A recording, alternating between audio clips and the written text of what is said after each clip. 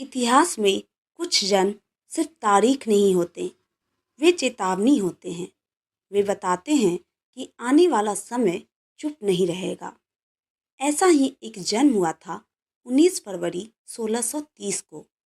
स्थान था शिवनेरी दुर्ग। शिवनेरी कोई साधारण दुर्ग नहीं था। यह एक पहाड़ी गर्व था, जहाँ पत्थर बोलते थे, हवा सतर्क रहती थी और हर मोड़ सावधानी सिखाता था। नीचे घाटियाँ थी, ऊपर पहाड़ और बीच में एक नवजात शिशु। उस समय कोई नगारा नहीं बजा, कोई राजकीय घोषणा नहीं हुई, पर इतिहास चुपचाप अपनी कलम निकाल चुका था। उस बच्चे का नाम रखा गया शिवाजी। यह नाम सिर्फ आस्था का प्रतीक नहीं था, यह उत्तरदायित्व का संकेत था। शिवाजी की माता राजमाता जिजाऊ, उन्हें केवल माता कहना उनके साथ अन्याय होगा। वह एक विचार थी, वह एक चलती फिरती पाठशाला थी। जिजाऊ अपने पुत्र को लोरियां नहीं सुनाती थी, वह उसे कहानियां नहीं, प्रश्न देती थी। वह कहती थी, यदि राजा धर्म भूल जाए तो प्रजा का धर्म क्या है? और यही प्रश्न शिवाजी के मन में बीज की तरह पड़ा। जिजाऊ रामायण सुनाती थी, पर युद्ध नहीं, मर्यादा समझाती थी। महाभारत सुनाती थी, पर रक्तपात नहीं, कर्तव्य समझाती थी। शिवाजी को बचपन से यह सिखाया गया, शक्ति का अर्थ दूसरों को दबाना नहीं, बल्कि निर्बलों की रक्षा करना है। जब दूसरे बच्चे खिलौनों से खेलते थे, शिवाजी पहाड़ों को देखते थे। वह घंटों दुर्ग की प्राचीर पर बैठकर नीचे की घाटियों को निहारते थे।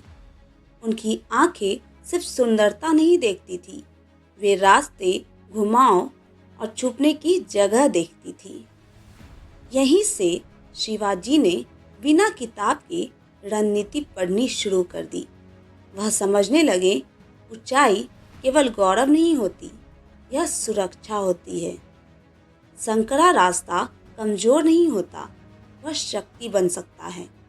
शिवाजी के पिता अधिकतर समय दूर रहते थे, इसलिए शिवाजी जल्दी बड़े हो गए, उम्र से नहीं, समझ से।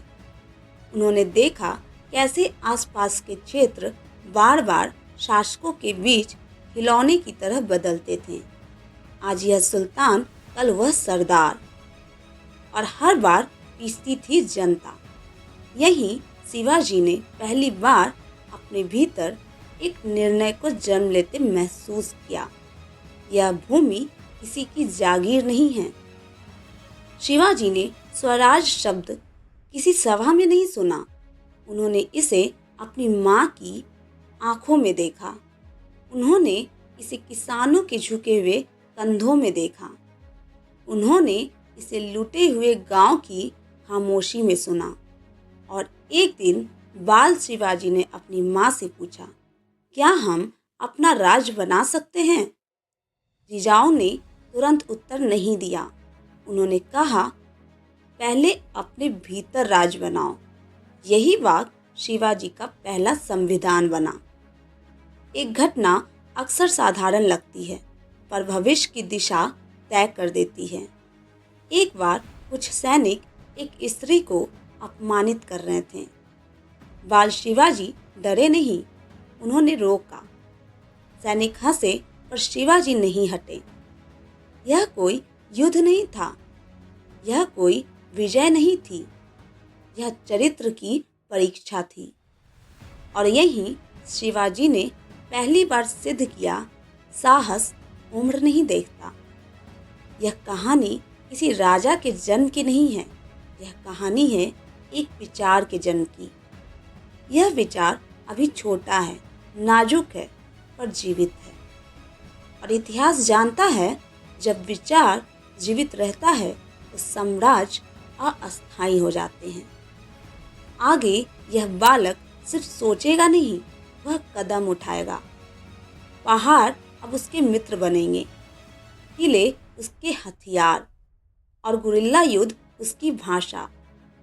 कुछ लोग इतिहास पढ़ते हैं, कुछ लोग इतिहास लिखते हैं और कुछ लोग इतिहास को पहले समझते हैं। शिवाजी तीसरे प्रकार के थे। बचपन में जो पहाड़ शिवाजी के शिक्षक थे, अब वही उनके सहयोगी बनने लगे। वह अब दुर्ग की दीवारों पर सिर्फ देखने नहीं बैठते थे, वह नापते थे। कहाँ से धुंध उठती है, कहाँ सूरज देर से आता है, कहाँ आवाज़ गूंजती है और कहाँ गायब हो जाती है। शिवाजी समझ चुके थे, खुला मैदान ताकतवर का मित्र होता है और पहाड़ चतुर का। यही एक नई युद्ध भाषा जन्म ले रही थी। शिवाजी के पास हजारों सैनिक नहीं थे, पर उनके पास था समय की समझ। उन्होंने यह तय किया, हम तभी लड़ेंगे जब दुश्मन थका होगा, भ्रमित होगा और आत्मविश्वास में अंधा होगा। तेज आक्रमण, सीमित समय, तुरंत वापसी। दुश्मन को पता ही नहीं चलता था कि हमला कहाँ से आया और किधर गया। यह कायरता नहीं थी, यह रणनीतिक बुद्धि थी। युद्ध अब संख्या से नहीं, निर्णय से लड़ा जा रहा था। 1646 शिवाजी अब केवल सोच नहीं रहे थे, वह कदम उठा रहे थे। नजर पड़ी तोरण दुर्ग पर। यह दुर्ग बीजापुर के अधिकार में था। कोई बड़ा युद्ध नहीं, कोई घोषणा नहीं, बस सही समय और सही चाल। रात की चुप्पी में तोड़ना स्वराज का पहला ठोस आधार बना। यह केवल एक किला जीतना नहीं था, यह कहानी था। हम आ चुके हैं। तोड़ना के बाद किले गिरते नहीं गए, वे जुड़ते गए।